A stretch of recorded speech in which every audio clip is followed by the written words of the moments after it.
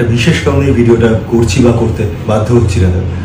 সেটা হচ্ছে কিছুদিন ধরেই একটা খবর খুব খারাপভাবে রটছে এবং যেটার এফেক্ট আমাদের ব্যক্তিগত জীবনে পড়ছে, যেটা আমরা একদমই চাই না। আমার এবং মিষ্টিকে নিয়ে কিছু এমন রিউমার্স ছড়িয়েছে যেটা বিভিন্ন পোর্টালে বেরিয়েছে। একটা শুধু আমাদের অপরাধ এটাই যে একটা বন্ধুর বিয়ে খেতে গেছিলাম।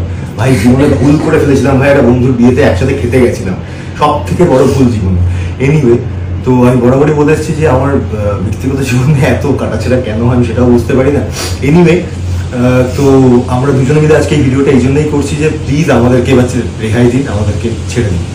এই আমাদেরকে নিয়ে এত কথা এইরকমভাবে, কারণ এখনো তো একটা জিনিস মানতে হবে যে একটা মেয়েকে নিয়ে কথা বলা এখন আমাদের সমাজে খুব সহজ, যেটা খুবই খারাপ এবং খুবই ঘৃণ্য। ওর একটা ব্যক্তিগত জীবন আছে যেখানে কিনা আমাদের একটা বন্ধুত্বের সম্পর্ক, আমরা এখানে একসাথে কাজ করি, সেটা এফেক্ট করছে এবং সব কিছুতে খারাপ। এবং বিভিন্ন রকম বন্ধু বান্ধব ইন্ডাস্ট্রি তারা আমাকে ফোন করে জিজ্ঞেস করছে, মিশমিকে ফোন করে জিজ্ঞেস করছে, মানে যেটা খুবই আনএথিক্যাল এবং খবরটা এত খারাপভাবে রটাচ্ছে এবং ছড়াচ্ছে, যেটা আমরা দুজনেই খুবই তীব্র প্রতিবাদ জানাচ্ছি যে আমাদের মধ্যে একজন কালিগ এবং একজন নর্মাল বন্ধুত্বের সম্পর্ক ছাড়া কিছু নেই। প্লিজ এই খবরটাকে খারাপভাবে ছড়াবেন না, রটাবেন না। হ্যাঁ, আর কি হয় অনেক সময় আমরা অনেক ইন্টারভিউতে অনেক কিছু বলে ফেলি এবং সেটা আউট অফ কনটেক্সট কথাগুলো তুলে তুলে হেডলাইন করা হয়।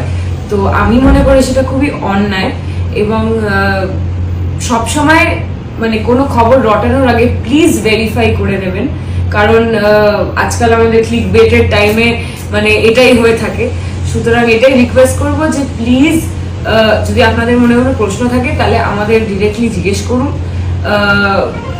ডিএমএ হোক না, ফোন নাম্বার থাকলে ফোন নাম্বার হোক, পোর্টালসদের তাই বলবো যে ভেরিফাই করুন প্লিজ। কিছু লিখে দেওয়ার আগে কি কোনো নিউজ ছাড়ার আগে ভেরিফাই করে তারপরেই ছাড়বেন প্লিজ। এটা রিকোয়েস্ট, কারণ ব্যক্তিগত জীবন যদি হ্যাম্পার হয় সেটার ক্ষেত্রে তখন তো একটা স্টেপ নিতেই হয়, তাই বাধ্য হলাম।